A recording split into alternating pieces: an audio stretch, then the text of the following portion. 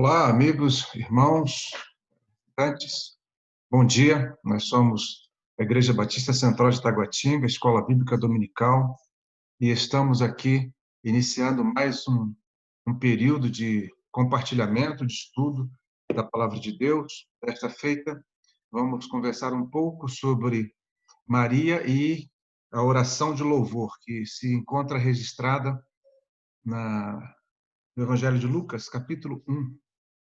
E nós vamos, logo em breve, conversar um pouco sobre essa experiência da serva do Senhor e queremos que você esteja participando conosco. Se for possível, que você possa, então, estar com a sua Bíblia à mão, ou com o seu smartphone, ou de alguma maneira você possa acessar o texto que nós vamos basear o estudo de hoje para, então, nós estarmos compartilhando esta palavra. Quero dizer a você que é uma grande alegria, um prazer renovado estar aqui compartilhando com os irmãos desta mensagem que é uma mensagem transformadora, renovadora para as nossas vidas. Nós temos o privilégio de compartilhar esse ministério na classe Gente que Ora com a irmã Lana e com a irmã Flávia. A irmã Flávia hoje se encontra em escala de serviço, ela que trabalha na saúde e precisa realmente ter esses remanejamentos. Por esta razão, nós estamos aqui para substituir nossa irmã com muita alegria e gratidão a Deus por esse privilégio de poder servir a Deus e aos irmãos. Quero convidá-los, então, para nos dirigirmos ao Senhor em oração e buscarmos dele a direção para esse estudo. Senhor, nosso Deus e Pai, nós te suplicamos agora a tua direção, a tua orientação, tudo que vamos fazer baseado na tua palavra, pedindo também a tua graça, a tua misericórdia sobre as nossas vidas, não pelos nossos pecados, e que o Senhor aumente a nossa fé. Abençoa os nossos irmãos da área da saúde que estão trabalhando nesta hora, que estão labutando, os irmãos das demais áreas que estão também trabalhando na frente contra o coronavírus, possa protegê-los, ampará-los, livrá-los do mal, do vírus, da peste, ó Pai, e especialmente que o Senhor possa nos livrar dos pecados, Pai. Afasta-nos de todo o mal. Na oração que nós te suplicamos em Cristo Jesus, o teu Filho. Amém. Então, nós vamos conversar um pouco hoje sobre uma vida de oração na experiência de Maria, e essa experiência está relatada no livro de Lucas, capítulo 1. Nós temos, então, alguns pressupostos que deveremos buscar, atingir, depois que temos completado hoje esse compartilhamento. Entender a importância de orar com eficácia, desejar conhecer a palavra de Deus com a finalidade de orar com eficácia, orar de acordo com os ensinamentos bíblicos, buscando a eficácia. Muito interessante esses alvos. Nossos textos estão localizados em Lucas, capítulo 1, versículos 39 a 56, e o versículo-chave: porque me fez grandes coisas o poderoso, e santo é seu nome, e a sua misericórdia de geração em geração sobre os que o temem. O que é louvor, meus irmãos? O que é louvor? Louvor, nós poderíamos dizer que é um agradecimento, uma homenagem ou exaltação e ainda demonstração de gratidão a uma pessoa ou a uma circunstância. E neste caso aqui, a oração de louvor que nós estamos estudando é louvor a Deus. Estamos falando do louvor a Deus. Podemos conversar sobre o louvor no sentido de destacar alguém, um voto de louvor. Podemos falar também em louvor sobre o sentido do canto. Houve um louvor muito bonito, aquela jovem apresentou um louvor muito, muito edificante, também podemos falar nesse sentido. E também podemos usar a nossa oração como instrumento de louvor, ou instrumento de gratidão, ou ainda expressão de exaltação ao nosso Deus. Maria, nossa personagem principal de hoje, né? Ela é da linhagem do rei Davi, era perfil espiritual, tinha achado graça da parte de Deus, ou então, numa linguagem mais simples, agradava a Deus, creu na possibilidade do impossível, versículo 34, a gente vai ver isso, disponível e disposta. Eis aqui a serva do Senhor confirma esta disponibilidade dela. Ao contrário da interpretação de mãe de Deus, né? Nós vamos ver lá em Lucas capítulo 11, versículos 27 e 28, exatamente essa situação. Não é essa a direção que o texto bíblico nos indica. Maria não é, em nenhum momento, no texto bíblico, apontada como mãe de Deus. Apontada como serva, como bem-aventurada, como a mulher que se coloca à disposição para a ação de Deus na sua vida. E também a ação de Deus sobre a humanidade por intermédio da sua vida. Apesar de jovem, muito amadurecida pelo conhecimento das ações e do próprio Deus. Cumpra-se em mim segundo a tua palavra. Ou seja, era conhecedora das profecias da palavra de Deus. Então, não era uma pessoa que precisava ainda ser informada, trabalhada no sentido de conhecer aquilo que Deus estava provendo na sua vida. Nós temos então um texto aí chamado Magnificar, que é o centro do estudo hoje, especialmente nessa oportunidade. Nós temos o texto de Lucas a partir do versículo 46 até o 55. Esse texto é chamado Canto de Maria, Cântico de Maria, e a expressão em latim que fala dessa oração, desse canto, chama-se magnificar. Magnificar é engrandece, né? Então diz assim o texto: disse então Maria: a minha alma engrandece ao Senhor, e o meu espírito se alegra em Deus, meu Salvador, porque atentou na baixeza de sua serva, pois eis que desde agora todas as gerações me chamarão bem-aventurada. Porque me fez grandes coisas o poderoso, e santo é seu nome. E a sua misericórdia de geração em geração sobre os que o temem. Com o seu braço agiu valorosamente. Dissipou os soberbos no pensamento de seus corações. Depois dos tronos os poderosos e elevou os humildes. Encheu de bens os famintos e despediu vazios os ricos. Auxiliou a Israel, seu servo, recordando-se da sua misericórdia, como falou a nossos pais, para com Abraão e a sua posteridade para sempre. Magnificar é o nome dado à oração, ao cântico, ou então Salmo de Maria também. Significa engrandece. Ele se assemelha a algumas outras passagens da Bíblia em que nós temos orações de louvor e de gratidão a Deus. Especialmente ao chamado Cântico de Ana, o canto de Ana, quando ela, ao ter a notícia do nascimento do seu filho, ao ter a notícia de que tinha sido agraciada com a fertilidade para que Samuel viesse a nascer, ela também engrandece ao Senhor por meio de uma oração de louvor. Os dois, por semelhança, iniciam por um regozijo por causa do livramento do Senhor, exaltando a santidade do Senhor.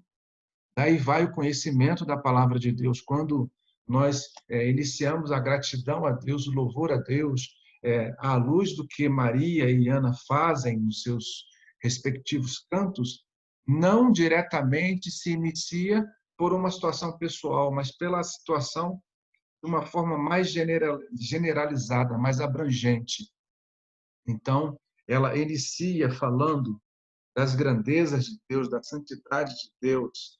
E nós temos aqui o texto em que Maria, ela começa assim: a minha alma engrandece ao Senhor e o meu espírito se alegra porque contemplou na humildade da sua serva, porque desde agora todas as gerações me considerarão bem-aventurada. Ela faz o agradecimento pessoal e ela começa a falar sobre a santidade, a grandiosidade, a majestade desse Deus. Mesmo sem compreender a extensão da questão em que estava sendo envolvida, ela expressa a gratidão e louvor ao Deus conhecido. Muitas das vezes pode acontecer a nós em que Deus agindo por nosso intermédio, Deus nos convocando a ser instrumentos da sua obra, nós não saibamos exatamente o que vai acontecer, o que vai resultar, qual é o tamanho, qual é a situação completa em que nós estaremos envolvidos. E isso deve nos levar também a um motivo de louvar a Deus.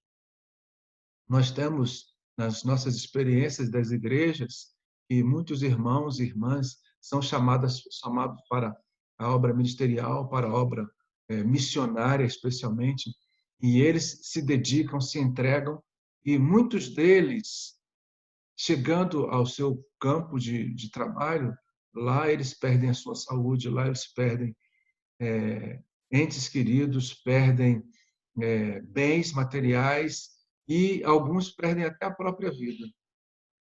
Mas há sempre, deve haver sempre. É necessário, é bom que haja sempre em suas bocas louvor, a gratidão. Em nossos corações, a gratidão, ela deve expressar o quanto nós amamos a Deus e o quanto nós entendemos da sua obra, não somente na minha vida, na sua vida, mas em toda a humanidade. É muito provável, com 99% de certeza que, dada a sua atitude, conhecia as profecias acerca do Messias, o que também explica a sua espiritualidade na sua reação. Maria coloca diante do Senhor como a sua serva. Meu espírito se alegrou em Deus, meu Salvador. Ela se coloca na situação de uma mulher pecadora, né? Porque carecia do Salvador, carecia da redenção que o próprio Cristo traria à humanidade, e ainda fala assim, olha, contemplou na humildade da sua serva. Então ela está dizendo que eu não merecia. Né? Quem sou eu? Em outra palavra, né? O que eu fiz para merecer essa bênção, né? Tanta, tanta, tanta honra em receber o Salvador no meu ventre. Então, assim, é a expressão do Magnificat, de uma forma resumida. E nós temos aí uma série de situações que nós vamos destacar agora, especialmente essas três. O louvor de Maria, adorando a Deus. A minha alma engrandece ao Senhor, e o meu espírito se alegra em Deus, meu Salvador. Maria, ela provavelmente não sabia, como a gente fala no texto passado, a extensão do que isso poderia significar. Por quê? Diferente de outras mães, como a maioria das mães, as mães e também os pais sempre têm a expectativa de que elas vão viver e elas vão, ou eles, ou nós como pais, vamos morrer antes dos nossos filhos. Poucos pais, poucas mães podem imaginar, podem vislumbrar quando recebe o seu filho no nascimento, pensa assim, olha, um dia eu vou sepultar essa criança. Um dia eu vou entregar esse menino ao túmulo. Um dia eu vou devolvê-lo e vou perdê-lo e não vou vê-lo mais. Então, realmente não havia nenhuma expectativa de conhecimento por parte de Maria daquilo que lhe esperava. Mas ela, mesmo assim, ela fala, olha, meu espírito se alegra em Deus, meu Salvador. Ela reconhece a santidade de Deus. Então, o Deus que Por muitas vezes, no Antigo Testamento é chamado de santo, santo, santo. Realmente ele é aqui ratificado nesta oração. Santo é o seu nome. Maria conhecia da santidade de Deus, conhecia dos seus fundamentos, conhecia o princípio da ação de Deus na vida do seu povo. Já que ela cita grandes coisas, já que ela cita que Deus é um Deus de poder, ela coloca diante de todas as grandes coisas que Deus já havia feito ao seu povo, também a si própria Deus fizera grandes coisas. Provavelmente Maria está dizendo da sua situação de que, saindo da sua posição humilde, da sua posição singela diante da sociedade, ela vai ser erguida agora para um outro patamar, para um outro nível, para um outro estágio, em que ela vai ser reconhecida, não somente pela sua geração de amigas, de mulheres, conhecidas ou não, mas por todas as gerações futuras. E ela vai se resignar à posição de serva. Mas veja bem como ela cita: atentou na baixeza, pois, de sua serva. E essa palavra baixeza, ela pode nos dar a ideia de que uma pessoa simples, uma pessoa humilde, se coloca diante de um Deus poderoso, de um Deus grande, majestoso. Olha, eu não sou nada diante do Senhor. Eu não sou nada diante da sua grandeza, mas o Senhor está olhando para mim. É assim que acontece também conosco. Nós não somos nada diante do Senhor. Nós não temos atributos quaisquer que possam nos colocar num patamar igual a Deus. E Ele olha para nós, Ele trata conosco, Ele nos atende, Ele nos acolhe, olhando para o nosso tamanho, olhando para a nossa dimensão e tendo sempre a direção de trazer-nos para o patamar dele. A Bíblia, em vários momentos, fala da semelhança que Deus nos atribui. Ele quer trazer-nos para junto de si, para perto de si. Nós não vamos nos aproximar de Deus, nós não vamos estar no mesmo degrau que Deus para ali assuntar a divindade de Deus, para confrontar a pessoa de Deus. Nós não vamos estar jamais na condição de ser elevados por Deus, por sua graça e por sua misericórdia, para chegarmos diante dele e indagarmos a ele sobre quem ele é, o que ele poderia fazer a nós, o que ele poderia representar para a humanidade. Não, nós estaremos sempre diante de um Deus grande, de um Deus poderoso, de um Deus santo, para aprender dele, conhecer dele, para ter mais intimidade com ele. A ideia de Deus nos trazer para próximos de si é que nós tenhamos cada vez mais conhecimento de quem ele é.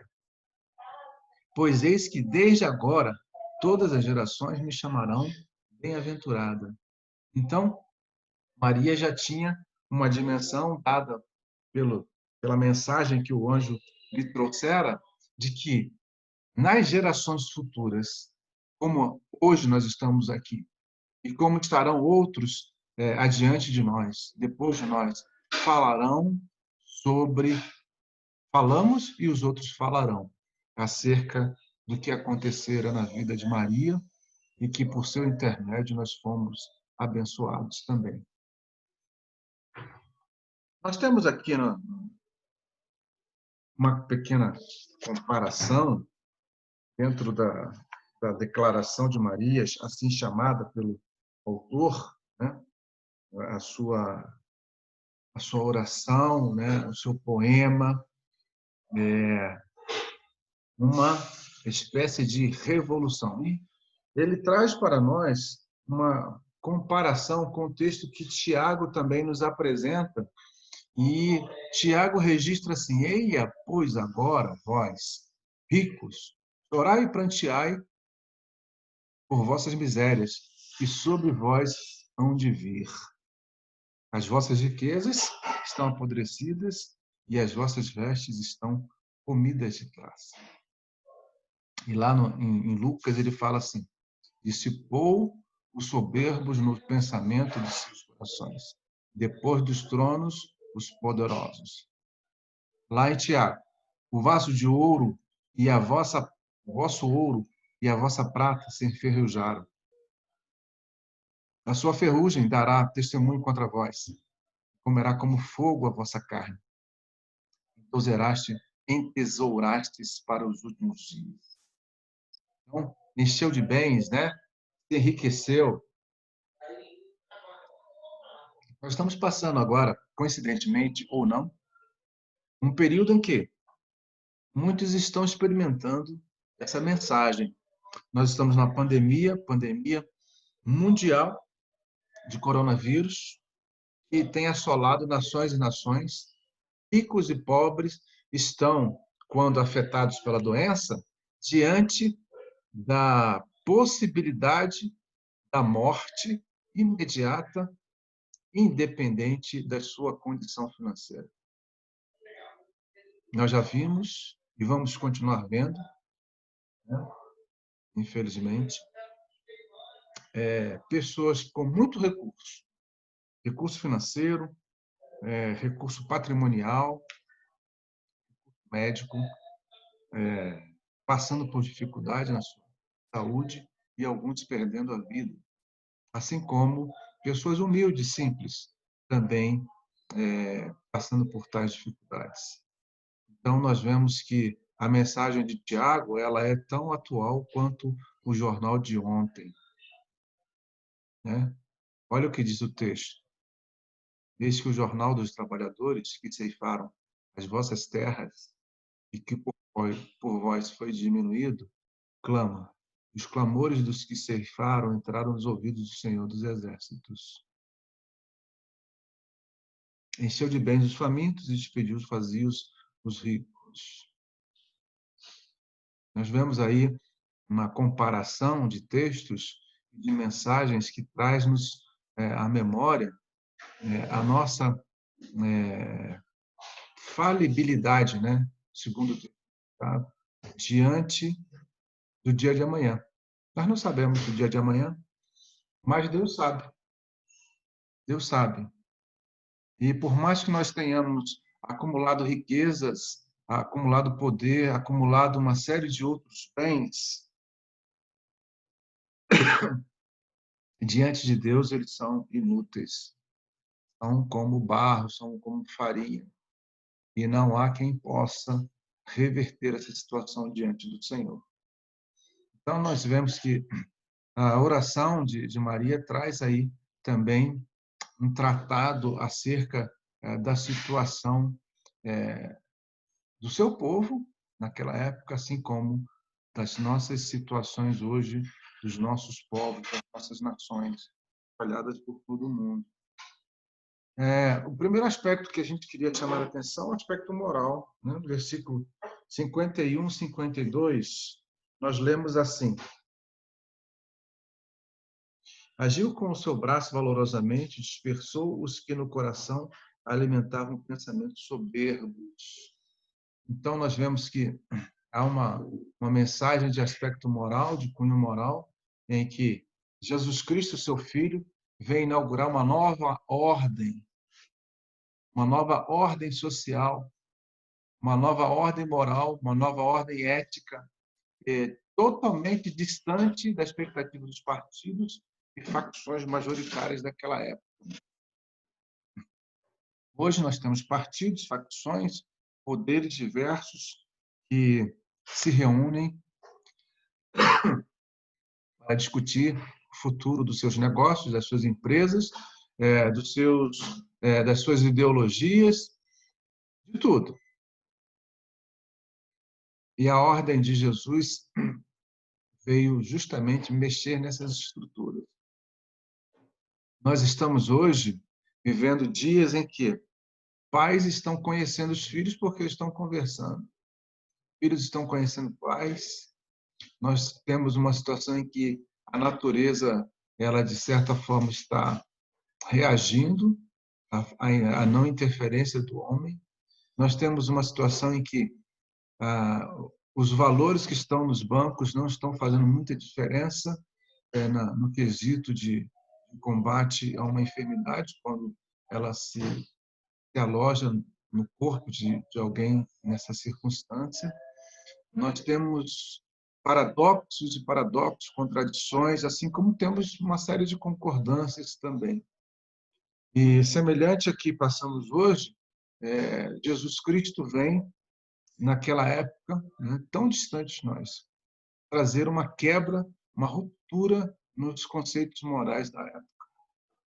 E a gente sabe que os evangelhos estão recheados de lições em que Jesus mostra que a ótica do seu reino, a ótica que ele vem instaurar, que vem inaugurar, ou que para outros vem relembrar aquilo que nos primórdios Deus havia ensinado ao seu povo, ele traz uma leitura totalmente diferente do que os homens esperavam, do que os homens percebiam que seria a mudança que o mundo precisava.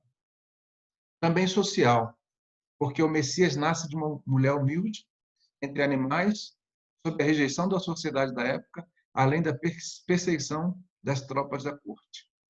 Então, todo o espectro social possível, ele não foi suficiente para comportar a majestade do Rei Jesus. E essa majestade ela era tão grande e ao mesmo tempo tão simples, que veio a nascer numa estrebaria, no meio de animais, no meio de palhas, rejeitado pelos donos das hospedagens e vindo de uma família humilde, sem nenhuma recomendação social para que fosse abrigada por ocasião do censo. Já se iniciava, quando do seu nascimento, a perseguição.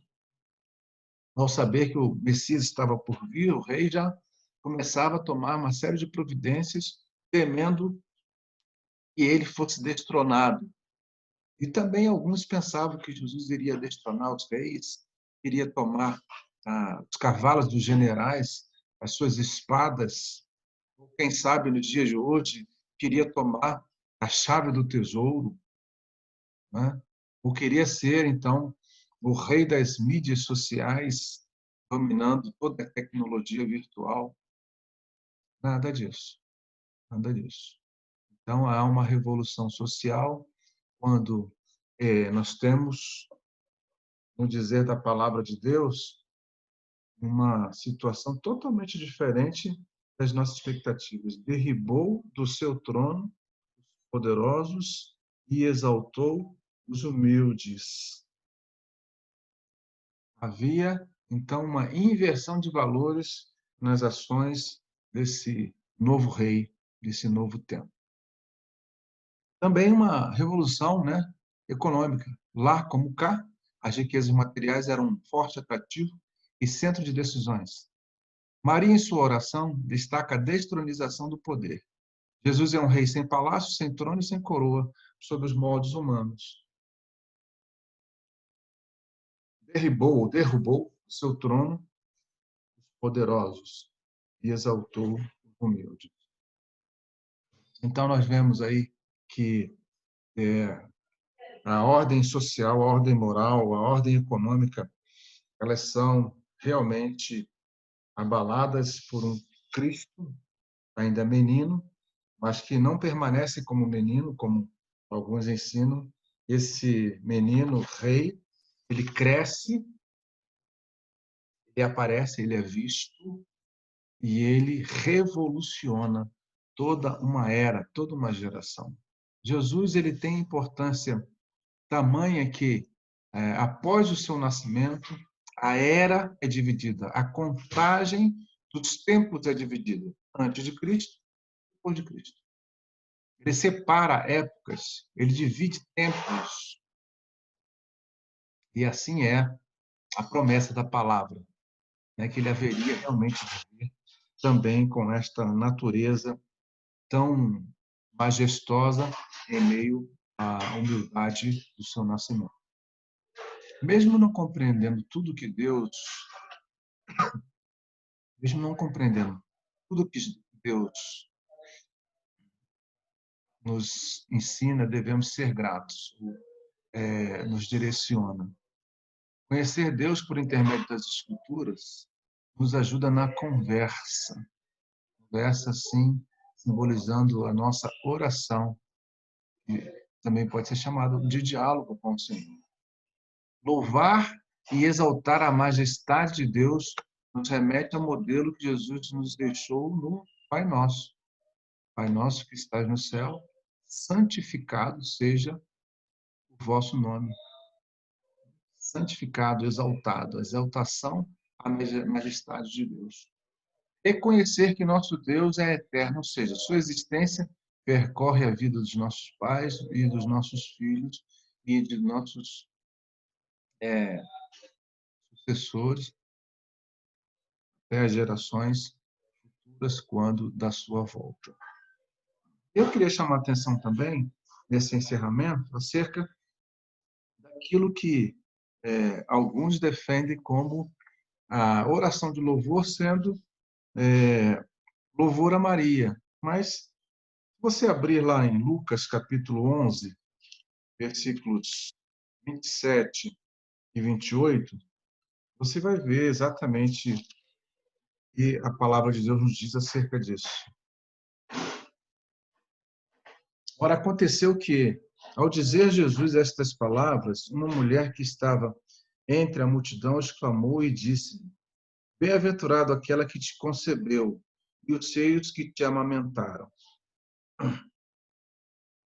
A gente não sabe da intenção que essa mulher tinha ao declarar isso para Jesus, mas ele responde: Antes, bem-aventurados são os que ouvem a palavra de Deus e aguardam. Antes aqui também pode ser lido como ao contrário. Então a gente vê aqui que bem-aventurado, ou seja, feliz, maior que o privilégio de ser mãe de Jesus e compartilhar da sua humanidade, é atender à sua mensagem salvadora e gozar o privilégio de participar do seu corpo espiritual. Então, a oração de louvor e o louvor em si, ele deve ser prestado a Deus. Deus é digno de toda honra e de todo louvor. A Ele nós devemos prestar a nossa gratidão, a Ele nós devemos exaltar por sua majestade, por sua graça, pelo seu poder, por sua misericórdia. A Ele nós devemos nos curvar e tão somente a Deus. O próprio Cristo, quando da sua na tentação em que o diabo lhe chama para, lhe convida ou tenta lhe ordenar que ele venha adorar, ele declara que somente a Deus é devido louvor e adoração. Somente ao Senhor. Então, o próprio Cristo já nos diz isso. Isto seria, portanto, razão suficiente para nós entendermos que o louvor que Maria dá a Deus não é por conta de que ela viria a ser a mãe de Deus. Não. O louvor que Maria dá ao Senhor é porque ela, como serva, na sua própria palavra, como serva, ela se coloca como instrumento de Deus para a obra de salvação do mundo. E é assim que nós devemos nos colocar diante do Senhor, como instrumentos por meio dos quais, por intermédio dos quais, Deus possa realizar a sua obra. E Ele quer realizar. Amém? Que Deus, então, possa nos abençoar. Nós queremos chamar e convidar aqueles que estão nos assistindo aí para atentarem para a programação da igreja, o convite que está em aberto para toda a comunidade, que você possa estar nos acompanhando. Nós temos as mídias sociais, temos aí todos esses canais disponíveis para que você possa, então, participar conosco, especialmente nesses momentos de pandemia. Se você tiver pedido de oração, se você quiser participar conosco dos nossos encontros, dos nossos cultos, nós temos aí toda a diversidade que está sendo disponibilizada e também dentro das nossas condições para trazermos e levarmos a você palavra de consolo, palavra de conforto do Senhor para na sua dificuldade, assim como uma palavra de ânimo, de motivação para nós prosseguirmos na missão e no intuito de exaltar o nome do nosso Deus. Gostaria de orar então com você mais uma vez, encerrando aqui esse estudo, dizendo da nossa gratidão a Deus. Obrigado, Pai, por esse dia, por esse privilégio de servir ao Senhor. Obrigado por tua serva Maria, Senhor Deus, pela lição que ela nos deixa, pelo registro bíblico desses acontecimentos. E te clamamos mais uma vez por tua graça, por tua misericórdia. Tu possas livrar a todos nós dessa pandemia, Senhor Deus, dessa peste, do vírus, e nos permitir condições pela área médica, pela área científica, para os remédios, a medicação, as vacinas necessárias para o tratamento e para afastarmos de vez esta doença do nosso meio, Pai. Abençoa os nossos governantes, os nossos líderes, que eles possam fazer tão somente aquilo que o Senhor mandar, e possa haver, Senhor Deus, também entre eles o entendimento de que o Senhor é Deus, não há outro Deus acima do Senhor. É a oração que nós fazemos, em nome de Jesus. Amém. Muito obrigado e até uma próxima oportunidade. Deus possa abençoar a sua vida e a vida da sua família também.